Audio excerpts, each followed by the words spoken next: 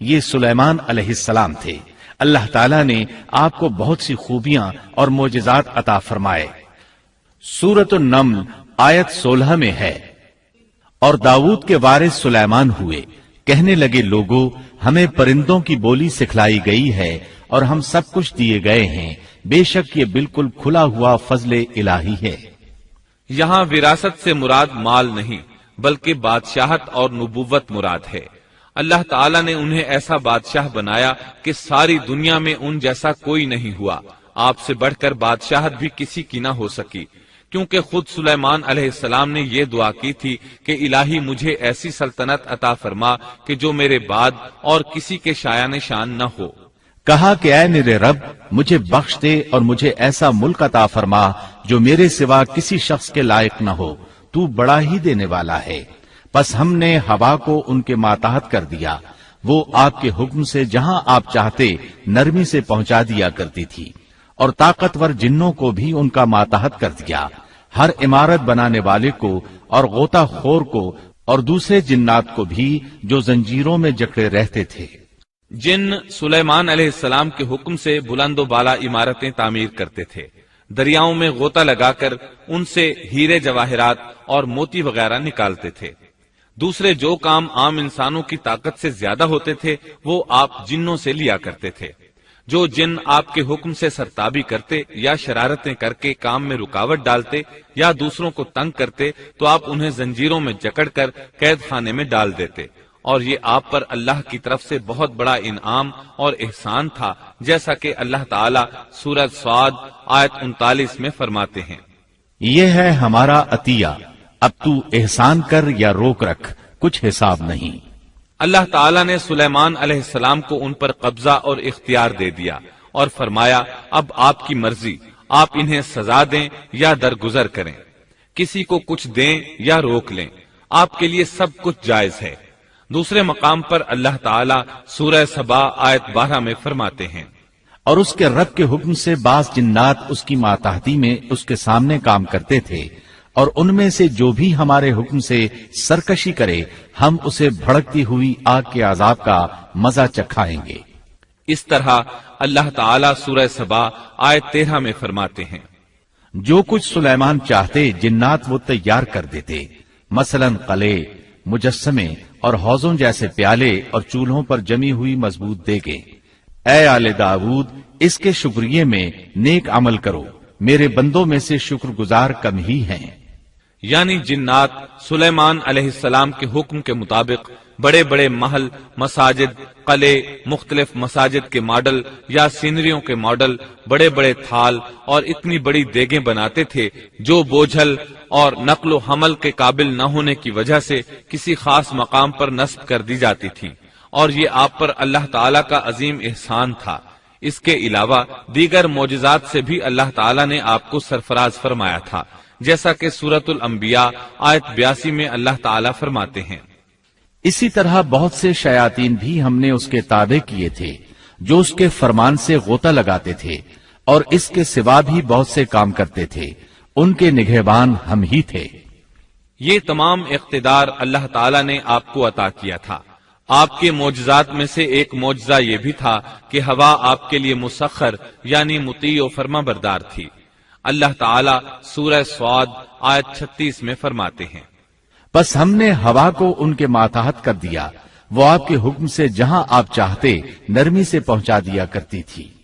اللہ تعالیٰ سورۃ الانبیاء آیت 81 میں فرماتے ہیں، اور ہم نے تیز و تند ہوا کو سلیمان کے تابع کر دیا جو اس کے فرمان کے مطابق اس زمین کی طرف چلتی تھی جہاں ہم نے برکت دے رکھی ہے، اور ہم ہر چیز کا علم رکھنے والے ہیں۔ اسی طرح اللہ تعالیٰ سورہ سبا آیت 12 میں فرماتے ہیں، اور ہم نے سلیمان کے لیے ہوا کو مسخر کر دیا کہ صبح کی منزل اس کی مہینہ بھر کی ہوتی تھی اور شام کی منزل بھی مہینہ بھر کی ہوتی تھی۔ دیگر معجزات کی طرح اللہ تعالیٰ نے سلیمان علیہ السلام کو یہ معجزہ بھی عطا فرمایا کہ تیز و تند ہوا کو ان کا تابع فرمان بنا دیا۔ آپ اس ہوا کو جس طرح کا حکم دیتے وہ حکم کی تعمیل کرتی، اور اس طرح آپ ایک ماہ کا سفر چند گھنٹوں میں طے کر لیا کرتے تھے۔ داؤد علیہ السلام کو تو اللہ تعالیٰ نے لوہے کی ڈھلائی کا کام سکھایا تھا، جبکہ سلیمان علیہ السلام کو لوہے کی ڈھلائی کے علاوہ تانبے کی ڈھلائی کا فن بھی سکھایا۔ سورہ سبا آیت 12 میں اللہ تعالیٰ فرماتے ہیں، اور ہم نے اس کے لیے تانبے کا چشمہ بہا دیا۔ اس چشمے میں پانی کی بجائے تانبا بہتا تھا، آپ اس سے جو چاہتے بنا لیتے۔ آپ گھوڑوں کو بہت پسند فرماتے تھے، آپ کے پاس بہت سے گھوڑے تھے۔ اللہ تعالیٰ سورۃ صاد آیت 30 تا 33 میں فرماتے ہیں، اور ہم نے داؤد کو سلیمان عطا فرمایا جو بڑا اچھا بندہ تھا اور بے حد رجوع کرنے والا تھا۔ جب ان کے سامنے شام کے وقت تیز رو خاصے کے گھوڑے پیش کیے گئے تو کہنے لگے، میں نے ان گھوڑوں پر اپنے پروردگار کی یاد کو ترجیح دی یہاں تک کہ آفتاب غروب ہو گیا۔ ان گھوڑوں کو دوبارہ میرے سامنے لاؤ۔ پھر تو ان کی پنڈلیوں اور گردنوں پر ہاتھ پھیرنے لگے۔ گھوڑے 20,000 سے زائد تھے۔ گھوڑوں کے معائنے میں ان کا روزمرہ کا ذکر رہ گیا، تب انہیں ذکر الہی کا خیال آیا، جس پر انہیں سخت صدمہ ہوا اور کہنے لگے کہ میں گھوڑوں کی محبت میں اتنا گم ہو گیا کہ سورج غروب ہو گیا۔ تو ان گھوڑوں کو دوڑایا کہ وہ نظروں سے اوجھل ہو گئے، پھر انہیں دوبارہ طلب کیا اور پیار محبت سے ان کی پنڈلیوں اور گردنوں پر ہاتھ پھیرنا شروع کر دیا۔ امام بخاری نے ابو ہریرہ رضی اللہ عنہ سے روایت کی ہے کہ ایک مرتبہ سلیمان علیہ السلام نے ارادہ کیا کہ اس شب میں اپنی بیویوں کے ساتھ اس دیواجی فریضہ ادا کروں گا تو میری ہر ایک بیوی سے لڑکا پیدا ہوگا اور وہ میدان جہاد کا مجاہد بنے گا، لیکن اس ارادے کے ساتھ انشاءاللہ کہنا بھول گئے۔ اللہ تعالیٰ کو جلیل القدر پیغمبر کا یہ طرز پسند نہ آیا، چنانچہ اللہ تعالیٰ نے سلیمان علیہ السلام کے اس دعوے کو اس طرح غلط ثابت کر دیا کہ تمام بیویوں میں سے صرف ایک بیوی کے ہاں مردہ بچہ پیدا ہوا۔ تب سلیمان علیہ السلام کو احساس ہوا کہ یہ انشاءاللہ نہ کہنے کا نتیجہ ہے، چنانچہ انہوں نے فوری توبہ کی اور انشاءاللہ کہنے کو اپنا معمول بنا لیا۔ اللہ تعالیٰ نے آپ کو فیصلہ کرنے کی زبردست صلاحیت عطا فرمائی تھی۔ سورۃ الانبیاء آیت 87 میں ہے، اور داؤد اور سلیمان کو یاد کیجئے جبکہ وہ کھیت کے معاملے میں فیصلہ کر رہے تھے کہ کچھ لوگوں کی بکریاں اس میں چر چگ گئی تھیں اور ان کے فیصلے میں ہم موجود تھے۔ ہوا یہ کہ دو آدمی ہمسائے تھے، ان میں جھگڑا ہو گیا۔ ان میں سے ایک کے پاس کھیت تھا، اس میں اس نے فصل بو رکھی تھی، دوسرے کے پاس کچھ بکریاں تھیں۔ بکریوں کا چرواہا رات کے وقت دیوار والے دروازے کو بند کر دیتا تھا تاکہ بکریاں نکل کر فصل کو نقصان نہ پہنچائیں۔ ایک دن وہ دروازہ بند کرنا بھول گیا، بکریاں کھیت میں آ کر چرنے لگیں، فصل خراب ہو گئی۔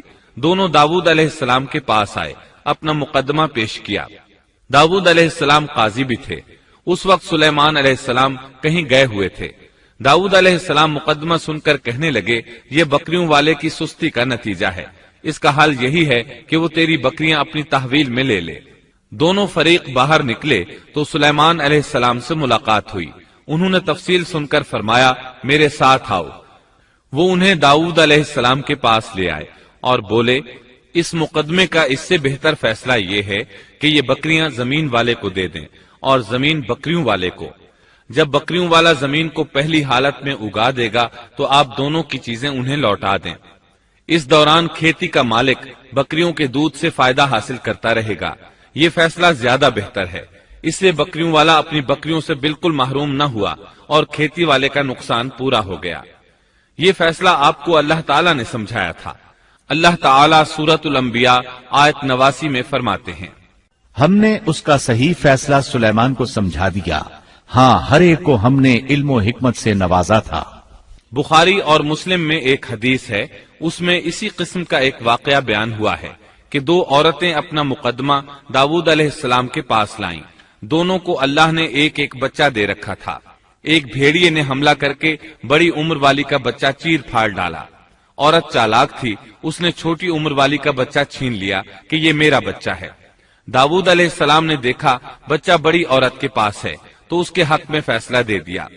سلیمان علیہ السلام نے داؤد علیہ السلام سے اجازت چاہتے ہوئے کہا، کیا میں اس مقدمے کا فیصلہ کر سکتا ہوں؟ انہوں نے اجازت دے دی۔ سلیمان علیہ السلام نے عورت سے کہا، بچہ مجھے دے دو۔ بچہ ہاتھ میں لے کر انہوں نے تلوار نکالی اور دونوں عورتوں سے فرمایا، میں اس کے 2 ٹکڑے کر کے تم دونوں میں برابر برابر تقسیم کرنے لگا ہوں۔ یہ سن کر بڑی عورت بولی کہ ٹھیک ہے، جبکہ چھوٹی عورت مامتا کی وجہ سے چلا اٹھی کہ آپ اسے زندہ رہنے دیں اور اسے دے دیں۔ یہ سنتے ہی سلیمان علیہ السلام بول اٹھے، تو ہی اس کی ماں ہے، جس سے اپنے بچے کے ٹکڑے دیکھنا برداشت نہ ہو سکا، پھر بچہ اسے دے دیا۔ سلیمان علیہ السلام کا ایک تیسرا واقعہ قرآن میں یوں ہے، سورۃ النمل آیت 17 اور 18 میں ہے، اور سلیمان کے سامنے ان کے تمام لشکر جنات، انسان اور پرندوں میں سے جمع کیے گئے، ہر قسم الگ الگ کھڑی کر دی گئی۔ جب وہ چیونٹیوں کے میدان میں پہنچے تو ایک چیونٹی نے کہا، اے چیونٹیوں، اپنے اپنے گھروں میں گھس جاؤ، ایسا نہ ہو کہ بے خبری میں سلیمان اور ان کا لشکر تمہیں روند ڈالے۔ ان تمام لشکروں کو اکٹھا کیا گیا تھا۔ اللہ تعالیٰ نے چیونٹی کی یہ بات سلیمان علیہ السلام کو سنوا دی۔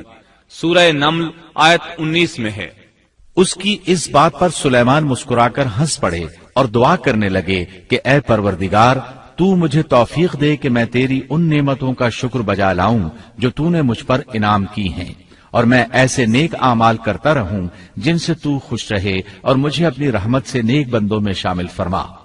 آپ کا ایک واقعہ ملکہ بلقیس کے ساتھ پیش آیا۔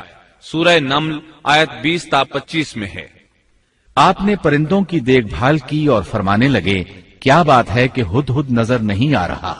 کیا وہ واقعی غیر حاضر ہے؟ یقیناً میں اسے سخت سزا دوں گا یا اسے ذبح کر ڈالوں گا، یا وہ میرے سامنے کوئی معقول وجہ بیان کرے۔ کچھ زیادہ دیر نہ گزری تھی کہ اس نے آ کر کہا، میں ایک ایسی خبر لایا ہوں کہ آپ کو اس کی خبر ہی نہیں، اور میں سبا کی ایک سچی خبر آپ کے پاس لایا ہوں۔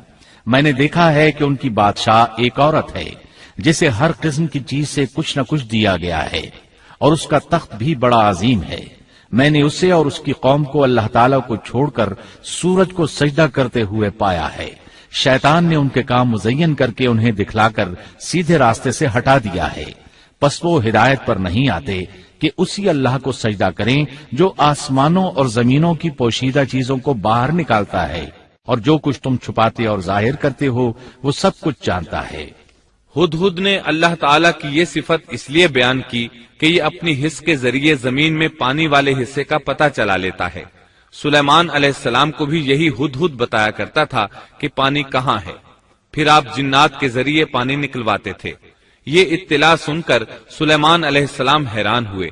آپ نے ہدہد سے کہا، ہم ابھی تمہاری بات کی تصدیق کر لیتے ہیں۔ سورہ نمل آیت 27 اور 28 میں ہے۔ سلیمان نے کہا، اب ہم دیکھیں گے کہ تو نے سچ کہا ہے یا تو جھوٹا ہے۔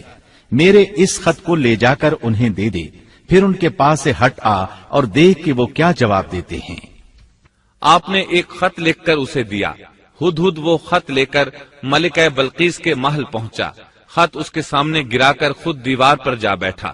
خط دیکھ کر ملکہ بلقیس نے کہا، وہ کہنے لگی، اے سردارو، میری طرف ایک باوقت خط ڈالا گیا ہے جو سلیمان کی طرف سے ہے، اور جو بخشش کرنے والے مہربان اللہ کے نام سے شروع ہے، یہ کہ تم میرے سامنے سرکشی نہ کرو اور مسلمان بن کر میرے پاس آ جاؤ۔ اس نے کہا، اے میرے سردارو، تم میرے اس معاملے میں مجھے مشورہ دو۔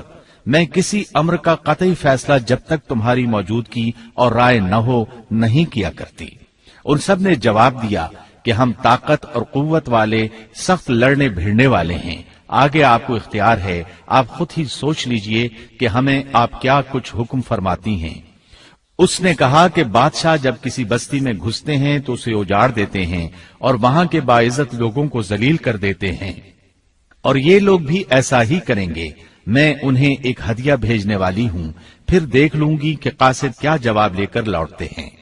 ملکہ بلقیس یہ اندازہ کرنا چاہتی تھی کہ سلیمان علیہ السلام کس قسم کے بادشاہ ہیں، اور یہ کہ وہ ان کے خلاف لڑ سکیں گے یا نہیں۔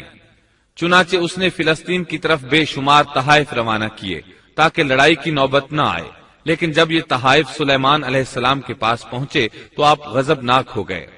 بس جب قاصد سلیمان کے پاس پہنچا تو آپ نے فرمایا، کیا تم مال سے مجھے مدد دینا چاہتے ہو؟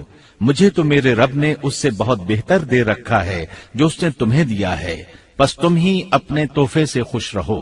جا ان کی طرف واپس لوٹ جا، ہم ان کے مقابلے پر وہ لشکر لائیں گے جن کے سامنے پڑنے کی ان میں طاقت نہیں، اور ہم انہیں ذلیل و پست کر کے وہاں سے نکال باہر کریں گے۔ قاصد ان کا جواب سن کر اور یہ صورتحال دیکھ کر دہشت زدہ ہو گئے۔ انہوں نے بلقیس کے پاس جا کر ساری حقیقت بیان کر دی۔ ملکہ بلقیس نے انہیں پیغام بھجوایا کہ ہم اسلام قبول کرنے کے لیے تیار ہیں۔ سلیمان علیہ السلام تک اس کا پیغام پہنچا تو آپ اپنے درباریوں کی طرف متوجہ ہوئے۔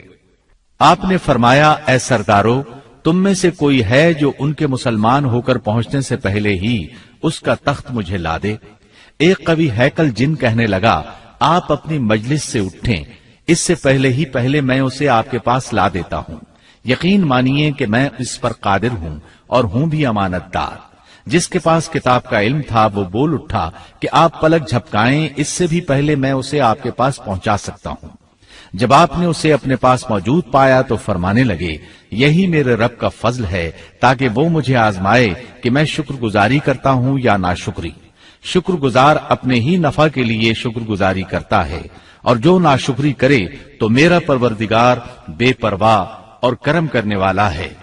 حکم دیا کہ اس کے تخت کی صورت بدل دو تاکہ معلوم ہو جائے کہ یہ راہ پا لیتی ہے یا ان میں سے ہوتی ہے جو راہ نہیں پاتے۔ تخت لانے والے آدمی کے متعلق جو یہ آیا ہے کہ اس کے پاس کتاب کا علم تھا، تو مفسرین کا اس کے بارے میں اختلاف ہے کہ وہ کون تھا۔ قرآن کریم کے الفاظ سے جو معلوم ہوتا ہے وہ اتنا ہی ہے کہ وہ کوئی انسان ہی تھا جس کے پاس کتاب الہی کا علم تھا۔ اللہ تعالیٰ نے کرامت اور اعجاز کے طور پر اسے یہ قدرت دے رکھی تھی کہ پلک جھپکتے وہ تخت لے آیا۔ پھر سلیمان علیہ السلام نے تخت میں تبدیلی کا حکم دیا۔ تخت میں تبدیلی کا حکم سن کر اس میں سے ہیرے جواہر نکال دیے گئے اور دوسری جگہوں پر لگا دیے گئے۔ سورہ نمل آیت 42 اور 43 میں ہے۔ پھر جب وہ آ گئی تو اس سے کہا گیا کہ ایسا ہی تیرا بھی تخت ہے۔ اس نے جواب دیا کہ یہ گویا وہی ہے، ہمیں اس سے پہلے ہی علم دے دیا گیا تھا اور ہم مسلمان تھے۔ اسے انہوں نے روک رکھا تھا کہ جن کی وہ اللہ کو چھوڑ کر پرستش کرتی رہی تھی، یقیناً وہ کافر لوگوں میں سے تھی۔ اب سلیمان علیہ السلام کی ملکہ بلقیس سے گفتگو شروع ہوئی۔ پھر وہ اسے تخت کے پاس لے آئے۔ اس سے پوچھا، کیا تیرا تخت بھی اسی طرح کا ہے؟ اس نے بہت اچھا اور فصاحت سے بھرپور جواب دیا۔ اس نے نہ تو یہ کہا کہ ہاں، کیونکہ وہ تو اپنا تخت پیچھے سبا کے علاقے میں چھوڑ آئی تھی، یہاں کیسے آ سکتا تھا، نہ اس نے یہ کہا کہ نہ، کیونکہ یہ وہی محسوس ہو رہا تھا۔ البتہ اس میں قدر تبدیلی محسوس ہو رہی تھی۔ اس نے عجیب جملے میں جواب دیا کہ یہ وہی لگتا ہے۔ سلیمان علیہ السلام یہ جواب سن کر حیران ہوئے۔ اب آپ نے اسے اپنی سلطنت کا غلبہ دکھانے کے لیے ایسا منظر دکھایا جو کسی بشر نے آج تک نہیں دیکھا۔ چنانچہ آپ اسے ایک محل میں لے گئے۔ یہ مکمل طور پر شیشے کا تھا، اس سے دوسری طرف دیکھا جا سکتا تھا۔ فرش بھی شیشے کا تھا، شیشے کے نیچے پانی چھوڑا گیا تھا، پانی چلتا رہتا تھا۔ آپ اسے لیے اندر داخل ہوئے تو وہ بہت حیران ہوئی کہ محل میں پانی بہ رہا ہے۔ اس نے اپنا لباس کچھ اوپر کر لیا کہ بھیگ نہ جائے۔ اس نے اپنا پاؤں پانی پر رکھنا چاہا تو وہ شیشے پر پڑا، اور زیادہ حیران ہوئی اور شرمندہ بھی کہ دھوکہ کھا گئی۔ اور یہ سب کچھ جنات کے ذریعے تیار کرایا گیا تھا۔